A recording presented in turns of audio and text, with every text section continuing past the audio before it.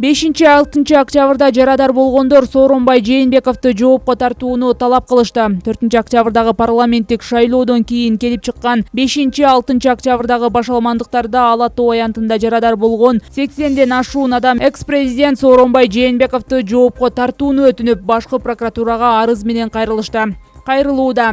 5-октябрдагы тынчтык митингине чыккандарга карата күч колдонулду. Желим октор атылып, көздөн жаш агызуучу газ чачылды. Ондогон адамдар денесинен оор жаракат алып, 19 жаштагы Үмүтбек Алтынбек уулу көз жумду. Биздин оюбузча тынч элге карата күч колдонуу буйругун ошол кезде армияны, өлкөнү башкарып турган Сооронбай Жээнбеков берген. Оор кылмыш жасалып, адамдар майып болуп, бир адам өлгөнүнө карабай, эч ким жоопкерчиликке тартылбай жатат.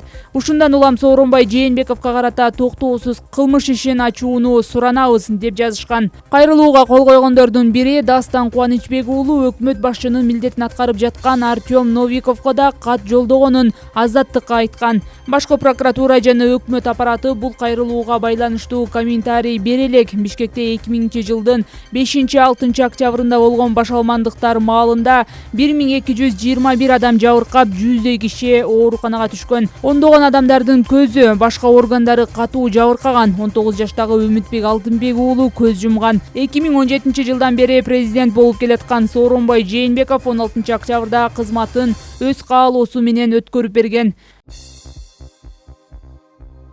Журналист Ыдырыс Исаков УКМКга суракка чакыртылды. Иликтөөчү журналист Ыдырыс Исаков бүгүн 27 январда улуттук коопсуздук боюнча мамлекеттик комитеттин Ош шаарындагы бөлүмүнө суракка чакырылды. Бул тууралуу медиага журналист өзү билдирди.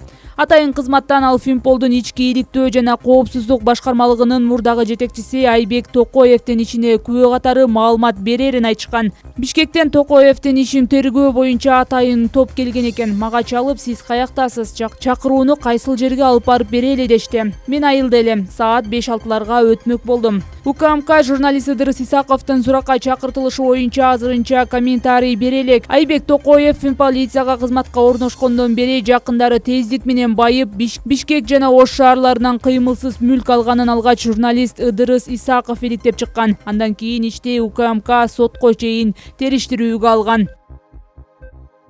Садыр Жапаров президенттик кызматка расмий киришти. Садыр Жапаров Кыргыз Республикасынын президентинин кызматына расмий түрдө киришти. Бүгүн 28 январда улуттук филармонияда Жапаровдун инаугурациясы өтүп, анда мамлекет башчы ант берди. Соңунан президент катары алгачкы сөзүн сүйлөп жатат. Кыргызстандын 6-чы президенти Садыр Жапаровдун инаугурациясына 1000ден ашык киши, мыйзам чыгаруу, сот, аткаруу бийликтеринин өкүлдөрү, экс-президенттер жана чет өлкөлөрдүн эл аралык уюмдардын Кыргызстандагы өкүлчүлүктөрүнүн жетекчилери катышып жатат. 10 январда өлкөдө мөөнөтүнөн мурда президенттик шайлоо өтүп, ага 17 талапкер катышкан. Шайлоого келген элдин 79,20% Садыр Жапаровго добуш берген. Жапаровдун иш бөлмөсү өкмөт үйүндө болот. Мурдагы президенттер учурда жогорку кеңеш жайгашкан имаратта иштеп келген. Эгемен Кыргызстандын тарыхында ушуну менен 9-жолу президенттик инаугурация өттү.